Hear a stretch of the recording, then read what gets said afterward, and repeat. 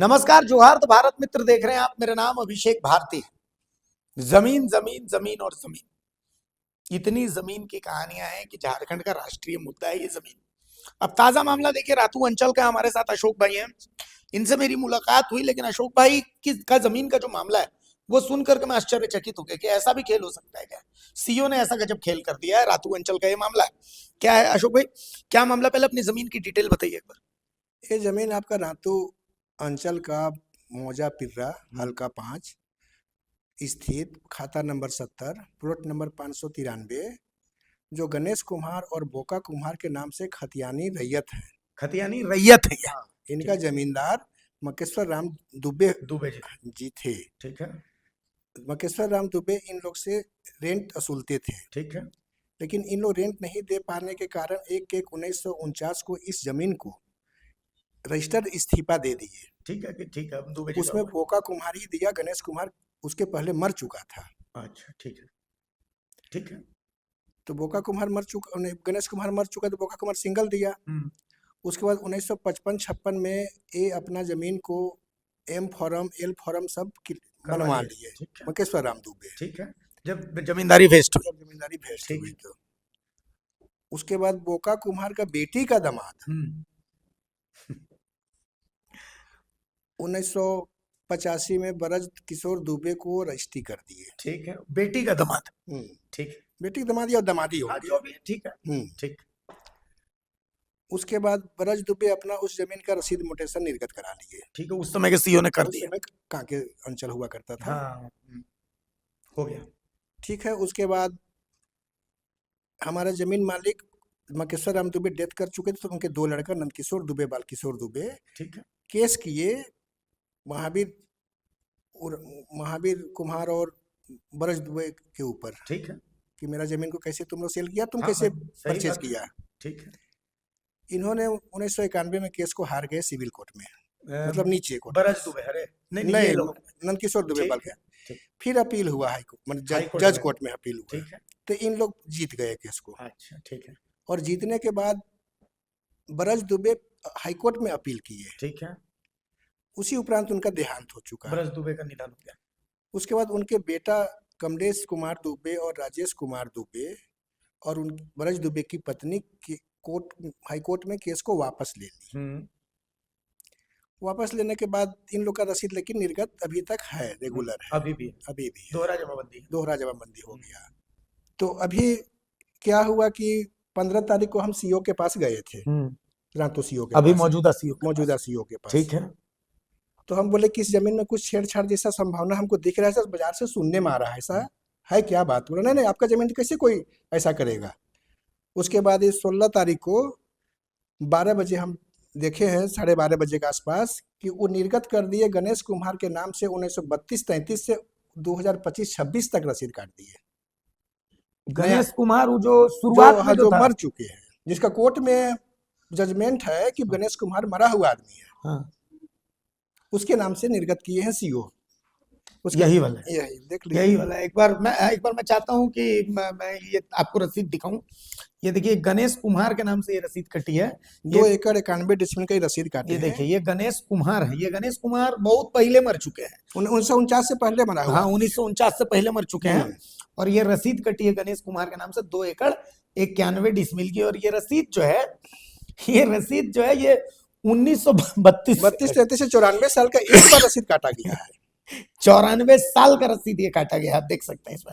ये देखिए यहाँ पर 1932-33 से लेके 2021-22 तक।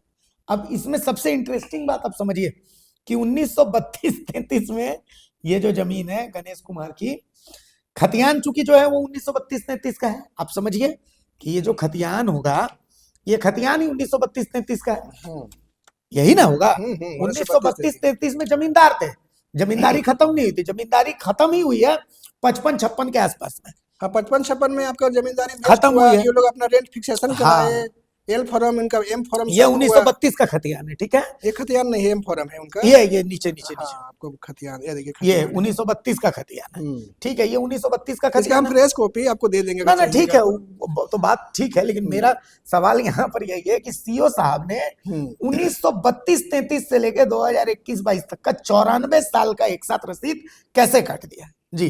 अब इसमें मतलब आगे क्या आपने इसमें बात की सीओ साहब से कि भाई ऐसा कैसे हो गया? सीओ से हम बात किए तो बोले कि हमारे टेबल में आके सारा कागजात प्रस्तुत कीजिए, देखेंगे। लेकिन अब सीओ इसको अपने स्तर से निरस्त करेंगे कि एलआरडीसी हमको जाना पड़ेगा, वो तो बात का विषय, वो देखेंगे उसको वो तो कैसे ठीक है, करना। वो तो आगे की लड़ाई है। लेकिन ये सवाल तो आप मतलब ये पूछा होगा ना कि सर मतलब 1932 आपने गड़बड़ी भी की है, तो ऐसी गड़बड़ी कैसे हम की तो आपने? 15-12 किधर गए थे, हाँ, 15 तारीख को। हाँ, तो ऐसा बोले कि आपका जमीन कैसे होगा ऐसा, हाँ, तो काट दिए। फिर हमसे ज्यादा कुछ बात नहीं करना चाहे, किसी उनको का हाई कोर्ट में उनको हमको लाना पड़े, चाहे जहाँ लाना कहीं पड़े, भी उनको ला हम उनसे सवाल करवा लेंगे। लेकिन ये बड़ा इंटरेस्टिंग मामला, मतलब बहुत इंटरेस्टिंग आप मामला लेकर के आए हैं। मैं सोच रहा हूँ कि ये मतलब क्या ही बोले इसको लेकर के। तो अब आगे क्या इसमें मतलब क्या लगता है आपको, क्या करना पड़ेगा इसमें? इसमें आगे हम लोग एलआरडीसी हम अप्लाई करेंगे इसको रद्द करने के लिए, और हाई कोर्ट में रीड कराएंगे सीओ को कि भाई कैसे, किस आधार से रसीद इनको निर्गत किया है। लेकिन ये तो क्रिमिनल केस हो जाता है ना, ये तो उनके ऊपर होगा, हर एक्ट ऑफ तरह 428 का एक्ट उन पर लगेगा, वो जवाब देंगे। जी। ये अनोखा मामला। तो एक बात बताइए, आपको आपको क्या लगता है मतलब ऐसा क्यों किया जा रहा है?